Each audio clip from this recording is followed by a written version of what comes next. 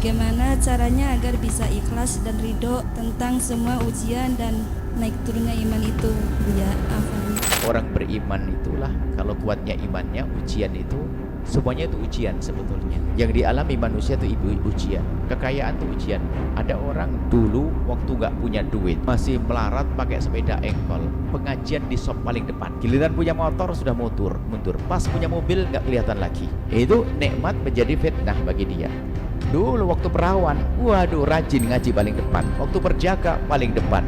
Giliran sudah punya pasangan nggak kelihatan ngaji, berarti itu istrinya fitnah. Assalamualaikum warahmatullahi wabarakatuh. Waalaikumsalam. Assalamualaikum warahmatullahi. Allahumma sholli ala sayyidina Muhammad wa ala ali sayyidina Muhammad. Afwan, Buya,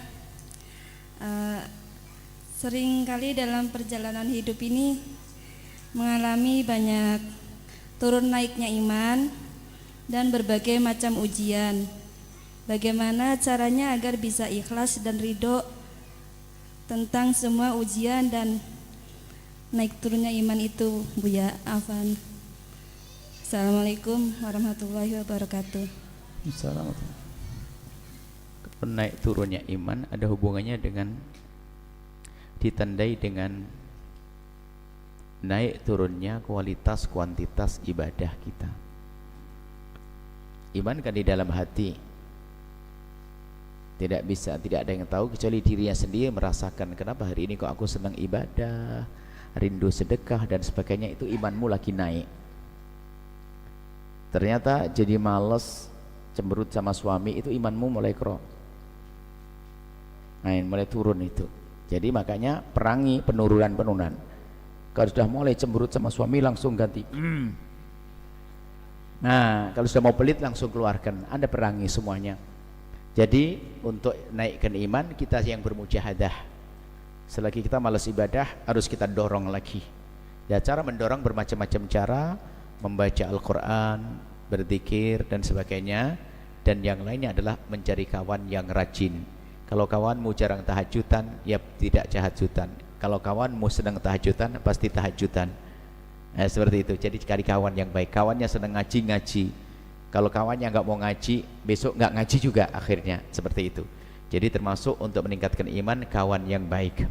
Adapun masalah ridho dengan ujian, ya orang beriman itulah, kalau kuatnya imannya, ujian itu semuanya itu ujian sebetulnya. Yang dialami manusia itu ujian. Kekayaan itu ujian loh. Ada orang dulu waktu nggak punya duit masih melarat pakai sepeda engkol, pengajian di sop paling depan. Giliran punya motor sudah mundur. Pas punya mobil nggak kelihatan lagi. Itu nikmat menjadi fitnah bagi dia.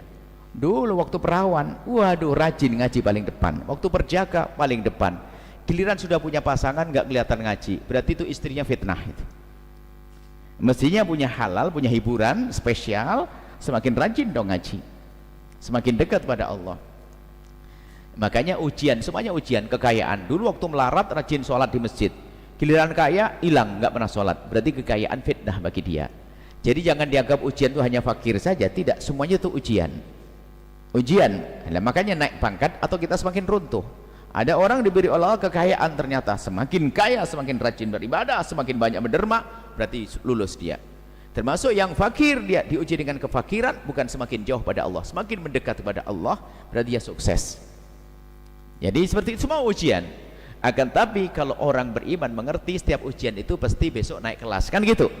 Semua naik kelas. Sehingga apa kata Nabi? Ajaban min amri ummati. Mengherankan tentang urusan umatku. Inna amrahu kulhu khair. Semua urusannya baik-baik. Umatku urusannya baik-baik semuanya. In asabathu sarra, kalau mendapatkan kebaikan, syakar, bersyukur, kana khairan lah. Kalau mendapatkan kebaikan dia bersyukur, maka baik bagi dia. Wa in asabathu dharra, kalau mendapatkan bencana ketidakbaikan, sabar, kemudian dia bersabar, kana khairan lahu, maka menjadi baik baginya. Bersyukur mengangkat derajatnya, bersabar mengangkat derajatnya. Enak. Sehingga kalau orang paham makna ini sederhana, bagaimana tidak ridho? diuji oleh Allah sakit langsung husnuzon, semoga dengan ini aku diangkat derajatku, pahalaku, semoga menjadi kebaikan untuk anakku yang lagi sekolah di sana, semoga menjadi kebaikan untuk semuanya, seperti itu. Jadi langsung hubungkan dengan Allah Subhanahu wa taala, sehingga setelah itu dalam hal ujian tidak pernah menganggap itu adalah sebagai sesuatu yang menyakitkan. Biarpun sakit tapi masih bisa senyum. Ada orang sakit senyum. Ibu melahirkan, ayo sakit enggak? Habis melahirkan senyum lihat anaknya, ayo enggak? Ayo. Jadi jangan dianggap enggak ada. Orang tuh kadang kita kurang cerdas, sehingga kalau anak kecil wajar tidak mengerti akibat nanti. Anak kecil suruh minum jamu sama disuntik pastilah lari. Tapi bapak-bapak datang ke dokter, tolong suntik saya karena saya demam. Loh, karena bapak-bapak sudah berpikir setelah disuntik reda demamnya, suruh minum jamu nanti perutnya enak. Anak kecil jamu pahit ya nggak mau, disuntik sakit nggak mau. Makanya kita dengan akhirat pun juga begitu, sering seperti anak kecil diuji oleh Allah, padahal mau diberi sesuatu yang besar nanti di akhirat, cuman karena kita anak kecil langsung nggak kuat, nggak mau. Nah, seperti itu kurang lebihnya. Tapi nggak boleh juga kita minta ujian, minta cobaan. Ya Allah, berikan aku sakit sepanjang hidupku biar aku masuk surga kelas 3. Jangan sok begitu. Nggak boleh, yang minta baik-baik saja. Ya Allah, angkat derajatku dengan rezeki yang melimpah, angkat derajatku dengan istri solehah, angkat derajatku dengan suami yang soleh. Jangan gara-gara dengar berita ada seorang wanita ahli surga, gara-gara setiap hari tempelengi oleh suaminya, ya Allah aku pengen kayak dia, mau? Ya nggak usah masuk surga yang enak. Nabi aja, Nabi Yusuf itu adalah ngomong, beliau mengatakan sijnu, dia mengatakan bahasanya di saat daripada aku harus melakukan itu maka lebih baik aku masuk penjara. Masuk penjara beneran. Coba kalau seandainya panjatannya yang lain akan beri yang lainnya. Jadi jangan suka ngomong yang gak enak ya. Misalnya punya anak, misalnya punya duit banyak nggak punya anak, atau sebaliknya nggak punya duit banyak tapi nggak punya anak, lalu ngomong, ya Allah daripada duit banyak begini nggak punya anak, mending punya anak biarpun melarat.